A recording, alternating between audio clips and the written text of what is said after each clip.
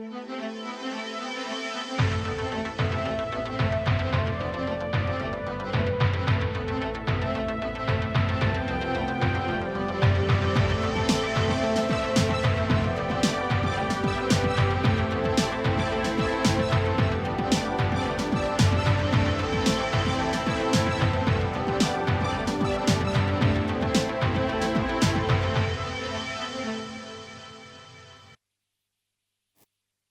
and welcome to News Now. I am Fidelia Agoncha. The Independent National Electoral Commission (INEC) has declared the governorship election in Benue, Bauchi, Sokoto, Adamawa and Plateau states as inconclusive. Returning officers for the election in the 5 states made their announcements in separate statements at their respective collation centers. The returning officers hinged their decision on the fact that the number of cancelled votes is greater than the margin of victory between the political parties. This means INEC would have to conduct by-elections in the affected states. In the meantime, INEC has indefinitely suspended their announcement of governorship election results in Rivers State over electoral violence and other vices. Collation of results has also been suspended in Kano State. Meanwhile, other states which took part in the governorship elections have begun announcing their results. In Ogun State, Dapo Abiodun of the All Progressives Congress defeated his closest rival, Adekunle Akinlade of the Allied People's Movement, to win the election with 241,670 votes. Other states won by the APC include Lagos, Kwara, Gombe, Kebbi, Jigawa, Nasarawa, Katsina, Borno, and Niger. Candidates of the APC also emerged victorious in Kaduna, Delta, Zamfara, Yobe states respectively. The major opposition People's Democratic Party also secured 6 states in the governorship election. They include Enugu, Oyo, Abia, Akwa Ibom, Ebonyi, and Cross River states respectively. Well, as collation of results continue in Taraba State, the state government has imposed a curfew on the state capital, Jalingo. The curfew, which spans from dusk till dawn, restricts human and vehicular movement in communities in the area. According to the government, the curfew, which will run from 6 p.m. to 6 a.m., will take effect from today, March 11, 2019, until further notice. However, some INEC officials, key party agents, and observers involved in the collation of election results are exempted from the curfew. The Center for Democracy and Development has commended INEC for the conduct of the March 9th governorship and state assembly elections.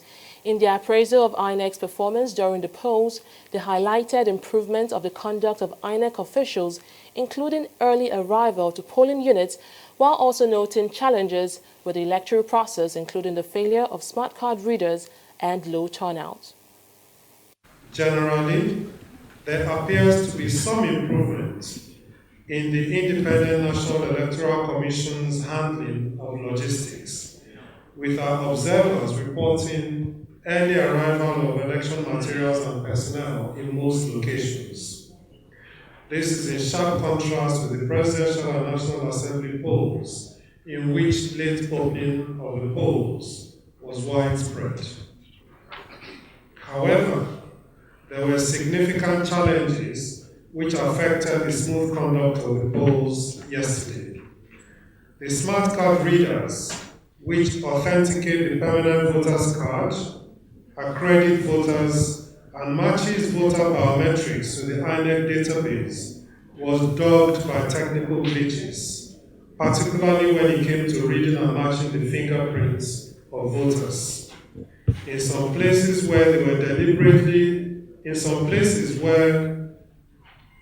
people deliberately refused to use the smart card readers, manual voting was reported by observers in locations in polling units such as Kazar Primary School in Kano Central Senatorial District.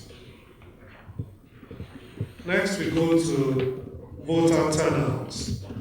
The elections of 9th March were characterized by low voter turnout in many parts of the country.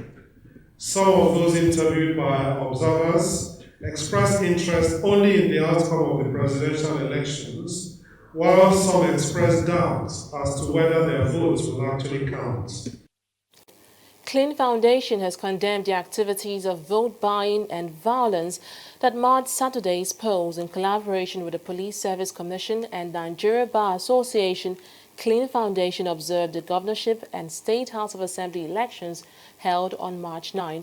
They report that the election was marred by the presence of military men during voting, possession of firearms by security personnel at polling stations, and vote buying. Clean Foundation observed incidents of vote trading across the country. Vote trading involves both buying and selling.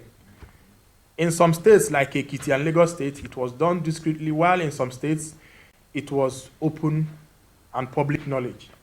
Observer noted cases of vote trading in Ebonyi State, that is on Huku local government, Enugu State,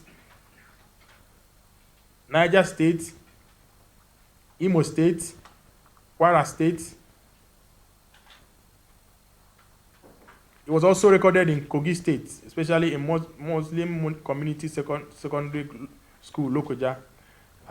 In addition, observers also noted cases of vote trading at polling unit 3, Makode Ward, Rimi, local government area, local government area of Katsina State. In addition, in polling unit 007, Comprehensive Secondary School, Amakoyo, Owerri North, there were incidences of vote trading.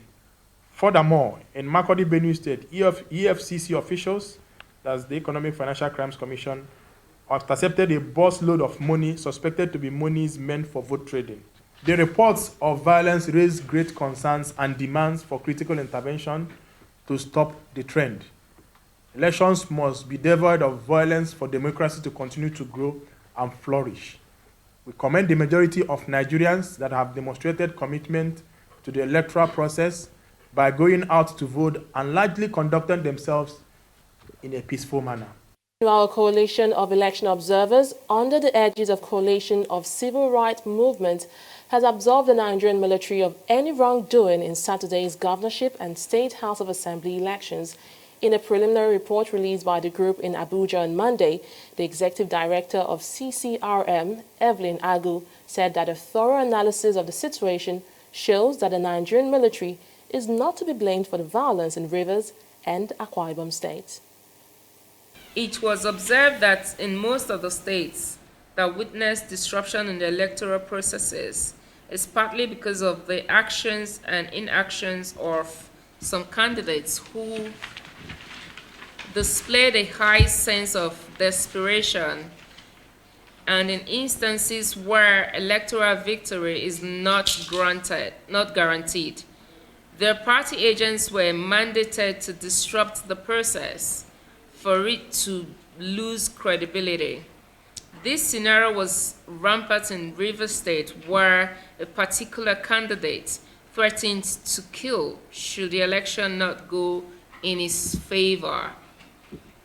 Some other candidates tried to influence INEC officials with money to turn the results in their favor. Security agents were also induced with money. In the case of Rivers and Akwa Ibom states, it was rampant, but there were no recorded cases of the security operatives taking sides in return for monetary gains. The European Union has also released its report of Nigeria 2019 general elections, covering both the presidential election and the governorship elections. The group says the improvements made by INEC in the 9th March governorship election was overshadowed by systemic failings, lack of transparency, incumbency advantage, troubling electoral security environment, and outright electoral malpractices. On election day on the 9th March, polling procedures were assessed by our observers more positively than during the presidential and National Assembly elections. Most polling units visited opened on time or less than 30 minutes late, and the procedures for the accreditation of voters were significantly improved. However, at 8 polling units observed, we saw indications of vote buying. 8 cases of obvious underage voting were also observed.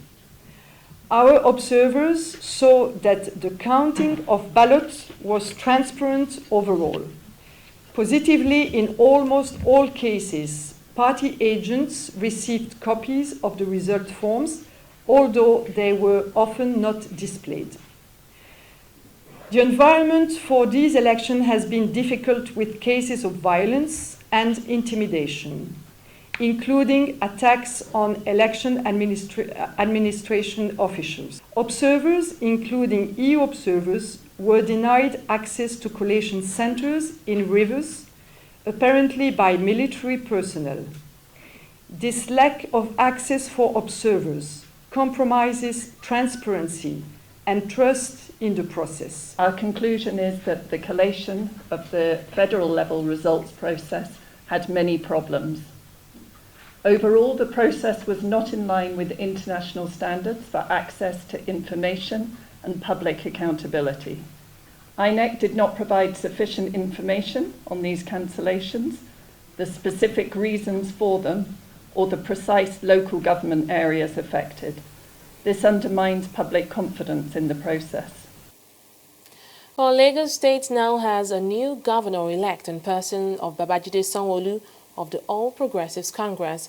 Sanwo-Olu defeated his major rival, Jimi Agbaje of the People's Democratic Party, to clinch victory in the just concluded Saturday elections. Adeshawa Odushoga tells us more. After months of vigorous campaigns by 44 political parties for the #1 seat in Lagos State, a winner has emerged. Candidate of the All Progressives Congress, Babajide Sanwo-Olu, cleared all 20 local government areas in the state to win the March 9 governorship elections. Announcing the winner, the Chief Returning Officer for Lagos State, Eyitope Ogunbodede, says Sanwo-Olu scored 739,445 votes out of the 977,476 valid votes cast in the elections. Babajide Olushola Sanwo-Olu of All Progressives Congress, APC, having satisfied the requirements of the law and scored the highest number of votes, is hereby declared the winner and is returned elected.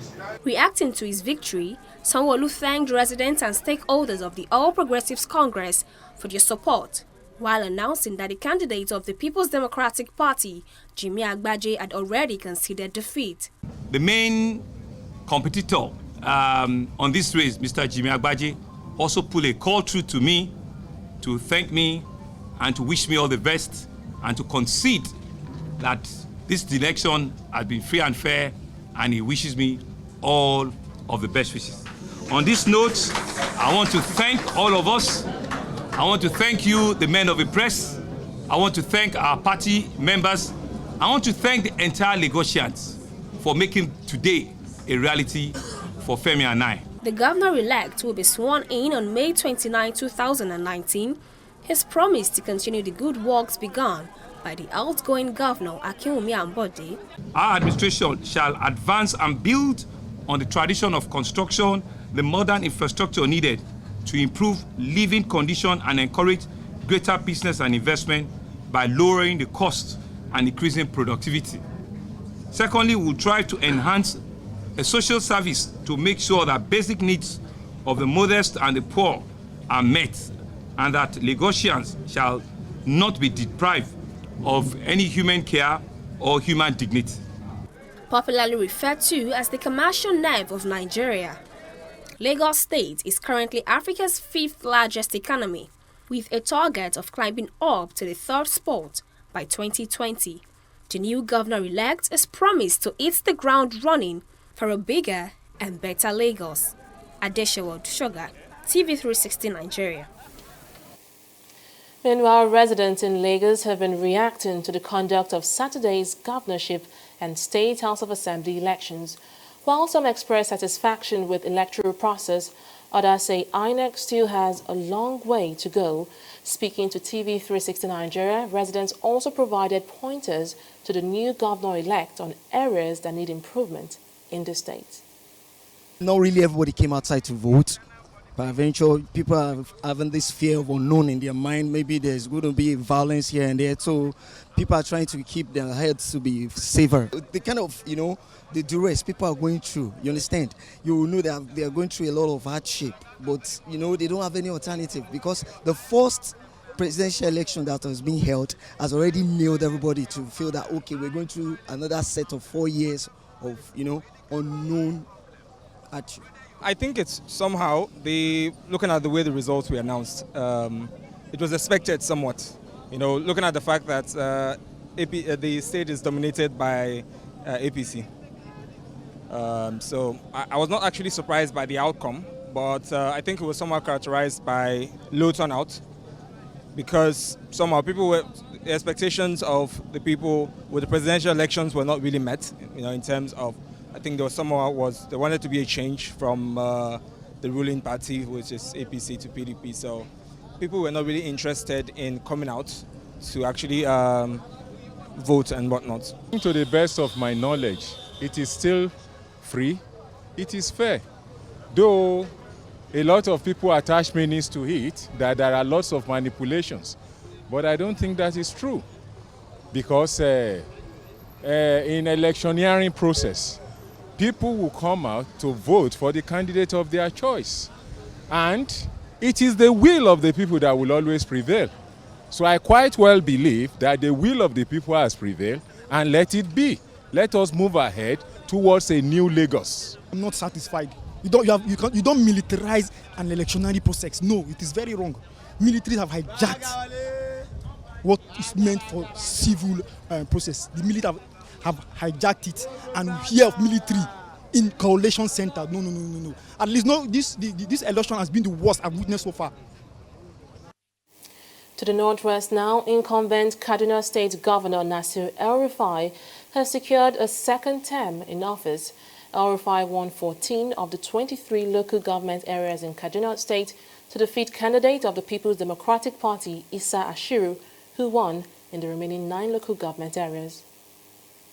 Nasir Ahmad El-Rufai of APC party scored 1,045,427 votes. Issa Muhammad Ashir of PDP party obtained 814,168 votes. Number 4, that Nasir Ahmad El-Rufai of APC, having satisfied the requirements of the law and scored the highest number of votes, is hereby declared the winner and is returned elected. The PDP is, however, challenging the result of that election, alleging widespread irregularities among others. The card reader is going to accredit the voter before you're going to cast your vote. But what we have seen so far, our agents in Gwari local government, our agents in Kubau local government, our agents in Sabongari local government, our agents in Zaria, especially Korbe A and B ward, our agents in Igabi, especially Regasa ward, have categorically told us that they have seen that card readers were not used. And when they identified that at the polling unit, they forced them to the collation center at the ward level. But we have written formally, I can still say it categorically, that we are rejecting the outcome of result here in Kaduna State because it was mad, it was rigged with the help of the security agency, with the help of INEC officials. President Muhammadu Buhari has mourned the death of retired Nigerian ambassador Abiodun Bashwa and Pius Adesomi, a scholar. Both men were part of 157 people killed in the Ethiopian airline crash on Sunday. Reacting to their death, the president sent his condolences to the families of the deceased, praying that God will provide them with the fortitude to bear the loss. The Code of Conduct Tribunal has indefinitely adjourned its ruling on 2 separate motions filed by the suspended Chief Justice of Nigeria, Walter Onoyan. The suspended CJN is challenging the tribunal's jurisdiction to entertain the charges of non-declaration of assets preferred against him by the federal government. The chairman of the CCT, Danladi Umar, while delivering the judgment, said the ruling on the motion would be delivered along with a final judgment on the case at the end of the trial. The tribunal also ordered that in line with the provision of Section 396, subsection 3 of the ACJA, the trial would proceed day to day. Well, we'll take a short break here and return with more stories. Don't go away. You're still watching News Now on TV360 Nigeria. Corruption not in my country. Madam, madam, welcome.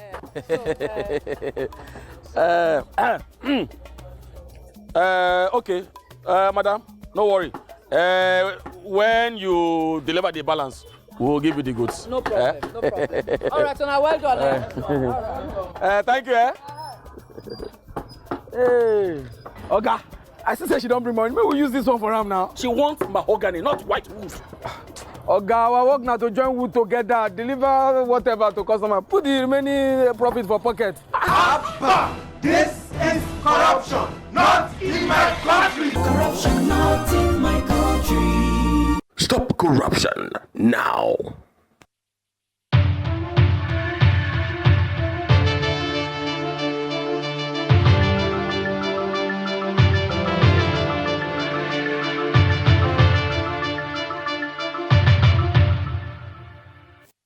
Welcome back.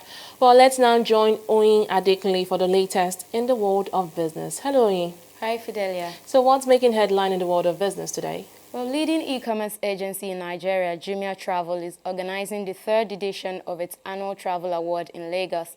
The event is aimed at encouraging hotel owners to improve the quality of their services and also to recognize outstanding players in the Nigerian hospitality and travel industry. This next report tells us more. The Jumia Travel Awards is an initiative born out of the need to promote excellence and great standards in the tourism industry. Winners of the awards are chosen from results of an online voting by the general public conducted by Jumia. The outstanding players in all 8 categories are then invited to claim their prizes. Ladies and gentlemen, Hotel of the Year was received by the Abuja-based Wells Carlton Hotel and Apartments. all of you. The Ibom Hotel and Golf Resort in Uyo got the Best Leisure Hotel Award. In aviation, Air Peace got the award for the Best Local Airline, while Emirates emerged the Best International Airline. Eco Hotel and Suites was the biggest winner of the day, clinching the awards of Best Business Hotel and the Special Jumia Travels Booking Award. The Lagos State Commissioner for Tourism, Steve Ayorinde, represented by the Director of Culture in the state, speaks on the topic Lagos as a model of tourism growth in Nigeria. She underscores the key tourism potentials of Lagos State and also explains the plans to further project Lagos on the world tourism radar. Where the state found that some things are lacking, concerted efforts have been made to ensure that we put in these tourism go-to places. Example are the theatres that the state is going to be commissioning. 4 at least of the 6 theatres that were conceptualized, 4 are going to be delivered and commissioned by May of this year, before the expiration of this administration, the administration of His Excellency, the Governor of Lagos State, Mr. Akinwumi Ambode. And apart from that, we're having museums. Lagos State is deliberately, building 3 different museums of arts to complement what is already in existence, which is the National Museum. We have the arts, different arts in public spaces now, so that when tourists come around, they can have options and choices of different places to go to. One of the recipients appreciates Jumia Travel and expresses what the award means to his company. I feel overwhelmed, proud, and but also challenged to be back again next year at the same time. My relationship with Jumia Travel is one of our best partners, platforms, booking platforms, and I am sure a lot of positive comments about the hotel will come to Jumia, a lot of bookings will come from Jumia to the hotel, and we will have a strong relation and partnership in the future. MD of Jumia Travel says the agency is at the forefront of pushing Nigeria to meet global competitive standards. She also highlights some of the challenges limiting the growth of the industry. Building a platform on its own is something, that is already rigorous. If you want to do it for flights, if you want to do it for hotels, if you want to do it for anything at all, it is tough. But what we have done is we have done an encompassing platform for everything you can think about in travel and tours. So because we're willing to partner with as many people as possible, with as many operators as possible, this makes us the leaders. This makes us the people who bring it all together, and we're proud of that today. We need more support from government to grow tourism because, as we have said, it's something that has potential to be one of the greatest earnings in this country. So we need government to come in on that side, but then we also need people to be enthusiastic about tourism. We need people who would wake up and want to do such. Despite the efforts of government in promoting tourism in Nigeria, a lot of work still needs to be done as lack of clear destination marketing strategy has been identified as the bane of Nigerian travel and tourism sector. Unyi Adekunle, TV360, Nigeria. The United States cut its import of Nigerian crude oil by 48.87 million barrels, or 43% in 2018, according to the latest data released by the Energy Information Administration. The U.S. import of Nigerian crude fell to 64.06 million barrels last year from a 5-year high of 112.92 million barrels in 2017. The EAI data showed that the country imported 75.81 million barrels of Nigerian oil in 2016, up from 19.85 million barrels in 2015. The U.S. import of Nigerian crude fell from 148.48 million barrels in 2012 to 87.40 million barrels in 2013 on the back of the shale oil boom. We'll now look at activities on the Nigerian stock market right after this break. Please stay tuned.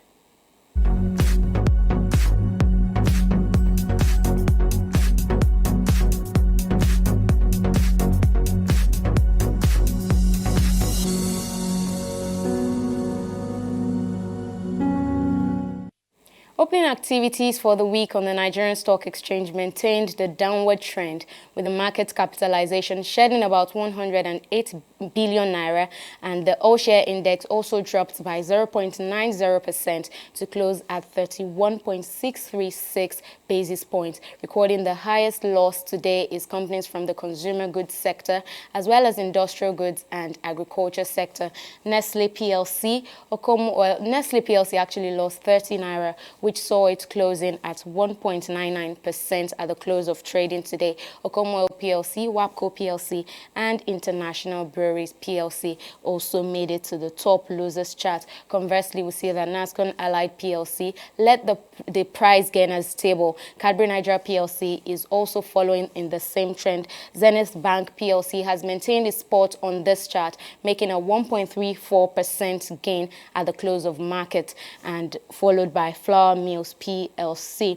In summary, the level of activity on the market floor saw a decline as the volume of shares traded dropped by 105 million compared to the 233.293 million traded in previous session. The market also recorded a decline from 3,110 deals from last trading to 2,752 today, valued at 2.386 billion naira.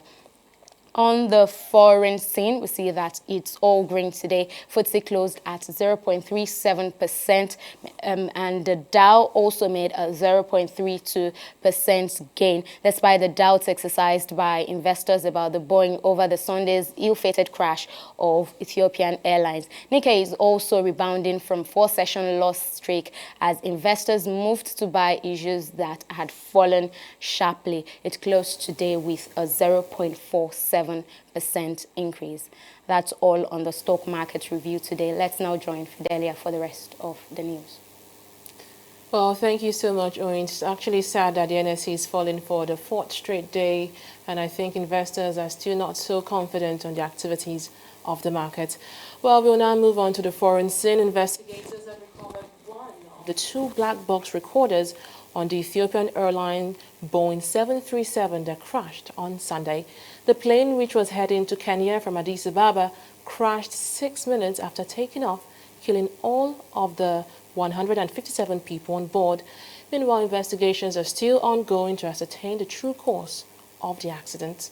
The International Association of Athletics Federation, IAAF, has decided not to lift a ban on Russia's Athletics Federation over doping. The World Athletics governing body says it was still waiting to receive data collected from Moscow and financial compensation for its investigations. Russia's Athletic Federation has been suspended since 2015 following a World Anti-Doping Agency WADA report that found evidence of widespread doping in the sport. Meanwhile, Russian authorities have denied that doping program was state-sponsored, but have accepted that senior officials were involved in providing banned substances to athletes. Well, that's it on News Now. Thank you so much for watching. I am Fidelia Aguncha. Do visit our website at TV360Nigeria.com for more news and information, and follow our YouTube channel at TV360 Nigeria for more videos. Thanks for watching. Bye for now.